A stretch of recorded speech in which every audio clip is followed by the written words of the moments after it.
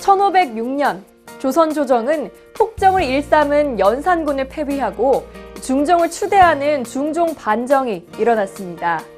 이후 권세를 쥔 공신과 개혁적 사림 간의 반목이 끊이지 않았고 대립은 날로 첨예해졌는데요.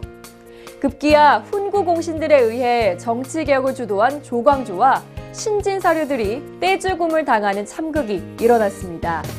이 기묘사화를 시작으로 을사사화, 기축사화 등 수많은 선비를 죽인 온갖 사화가 연이어 일어나는데요.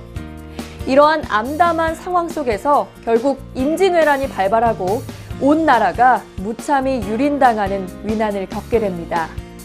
이런 시기에 잘못된 세상을 바로 세우기 위해 결사체가 만들어집니다. 이 결사체가 바로 동계인데요. 동계 사람들은 사림의 큰 스승, 충암의 사상을 실천하며 자기 목숨도 아끼지 않습니다. 오늘 한 권의 책은 16세기 조선의 정치 사회를 총체적으로 재조명하며 절망의 시대를 극복하기 위해 운명을 불사른 세 여인의 처절하고도 감동적인 이야기를 서사 형식으로 그려낸 장편 역사소설 금강입니다.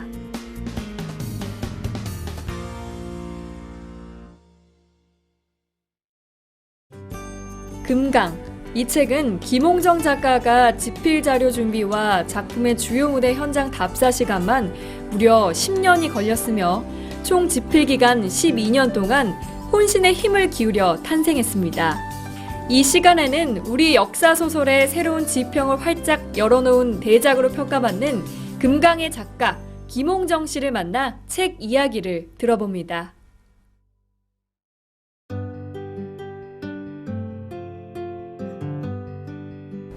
2005년도경에 부여 홍산에 있는 학교로 발령받은 적이 있어요. 그 시절에 쌀시장 개방 문제가 매우 심각하게 농민들을 문제로 대두된 적이 있습니다. 농업학회에 근무한 관계로 농민들하고 같이 어울려서 그 문제를 다루게 되었는데, 그때 지역의 농민들이 지역에 내려오던 전설인 이몽학의 난에 관하려는 이야기를 해주었습니다. 이몽학의 난은 임진왜란 중에 일어난 반역사건입니다. 근데 그 반역사건은 저로서는 납득하기 어려운 일이었습니다. 그것은 조선이란 나라에서 나라가 위기에 빠졌을 때 백성들이 일어나서 모반을 벌이는 사례는 없었기 때문입니다. 그럼에도 불구하고 이몽학의 난이 벌어졌다는 그것은 작가인 저에게는 그 원인이 무엇이었고 그렇게까지 갈 수밖에 없었던 일이 무엇인가, 제가 추적해보지 않을 수가 없었습니다. 이 문제를 추적하다 보니까 그 뿌리가 민초들이 살아가는 삶을 구현한 그 1520년대까지 거슬러 올라가게 됐습니다. 창의 봉기는 3부 맨 마지막 장에 나오는 일인데, 그 일부에서부터 비롯된 민초들의 더불어 사는 삶, 여민동락과 대동사회가 이끌어가는 그 사회가 현실에서는 어렵지 않은가 하는 그들의 결단이 창의 봉기로 이어집니다.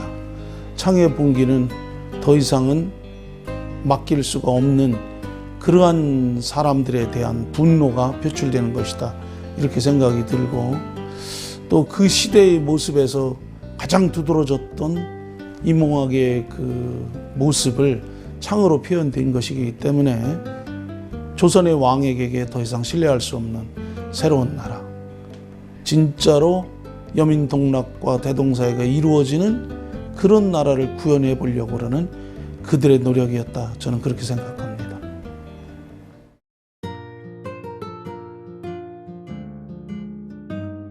역사 소설이다 보니까 역사의 실제 인물들이 이제 등장합니다. 근데 이제 많이 등장하는데요. 가장 대표적인 사람은 중앙 김정 선생입니다. 그분은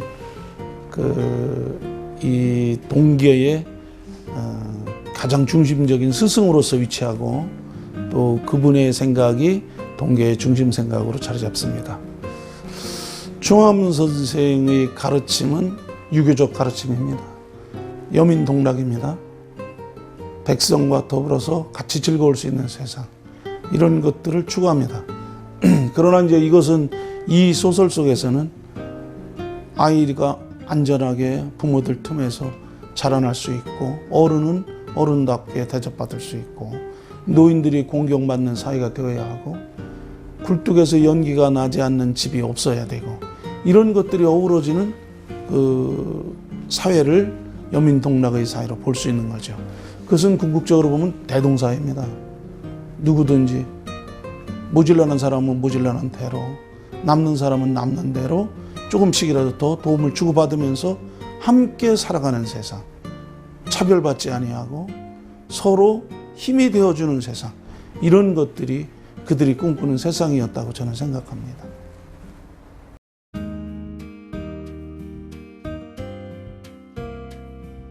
이게 책머리에 역사소설로 되어 있어요. 그런데 이야기의 중심은 사랑입니다.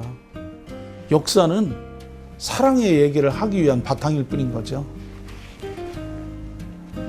연양은 양지수와 사랑에 빠집니다. 그리고 미금은 정우달과 사랑에 빠지고 채선은 악당으로 보여지는 이종사관과 사랑에 빠집니다. 특징적으로 또 은우는 외적의 장수로 참여한 우찌무라와 사랑에 빠집니다. 부용은 한산수와 사랑에 빠집니다. 소설 속에서 이야기가 되어지듯이 연양으로부터 미금, 부용에 이르기까지 그리고 그 이후에도 많은 여성들이 등장합니다. 채선도 등장하고 하연도 등장하고 은우도 등장합니다. 그들은 각각 자신의 삶을 줄기차게 실천하면서 가장 중심적인 인물로 살아갑니다.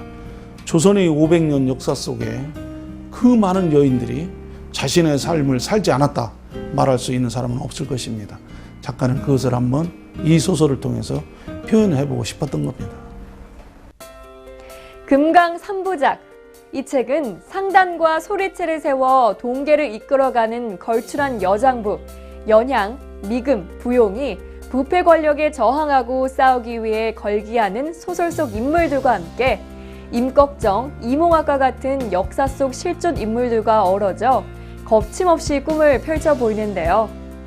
작가는 조선의 경제활동 상단과 조선의 문화예술 소리를 생생하게 되살리며 민중의 한을 깊이 있게 다룹니다. 한국의 순수 문학에 목말라 하는 독자라면 이 책에서 박경리의 토지를 잇는 한국적 정환과 역사의식을 담아낸 문학의 정수를 느껴보시는 건 어떨까요?